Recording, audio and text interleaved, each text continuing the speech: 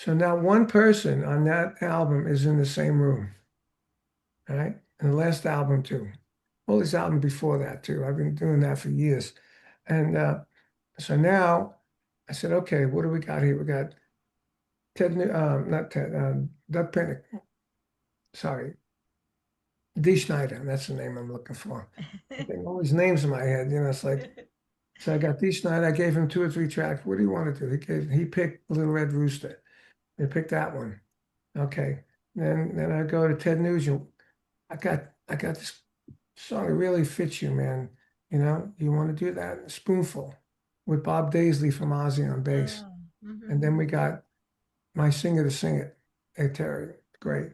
And then we got the blues, Backdoor Man. Who would that be?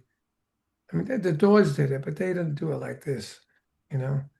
Billy Sheehan and Eric Gales, two great musicians, and me. And Artie Dillon plays a little bit of rhythm. So we did it, and it was fantastic. When I did the track, like I just explained, I said, man, I really want to hear those guys kick ass.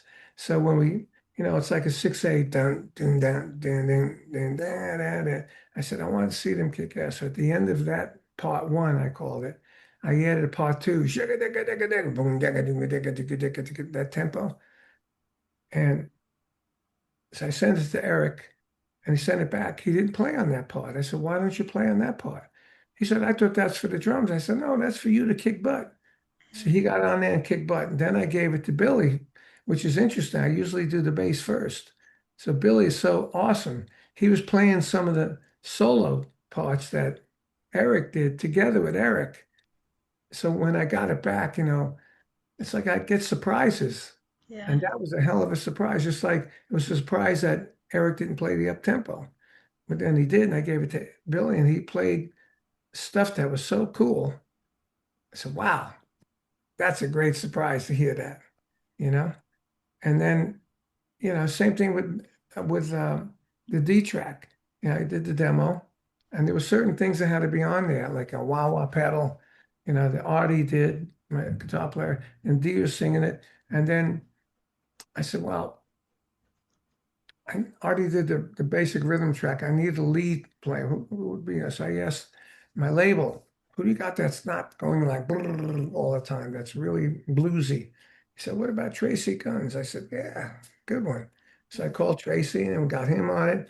And I got a guy around here that plays unbelievable harmonica. He plays in little clubs here, little blues clubs. So I said, I'm going to ask you to play 2 songs for me. And he came on, he did harmonica, it was fantastic you know. And then I needed a great bass player. My friend Jimmy Haslip, who I brought into the business in the 70s. And he played with Yellow Jackets, Gino Vanelli, he's a phenomenal bass player. I said, I need you because there's 2 bass breaks in there, and I knew you would do it great. So he's in there. So now we got that whole band.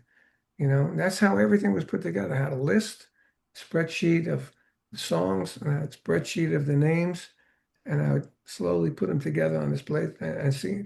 I said, like this would be cool playing with this guy, and Doug Pinnick to sing with Richard Fordyce from Guns N' Roses, which is totally not as soulful as Doug Pinnick, but together it was great. And Phil Soussan from playing with Ozzy on bass, came out fantastic.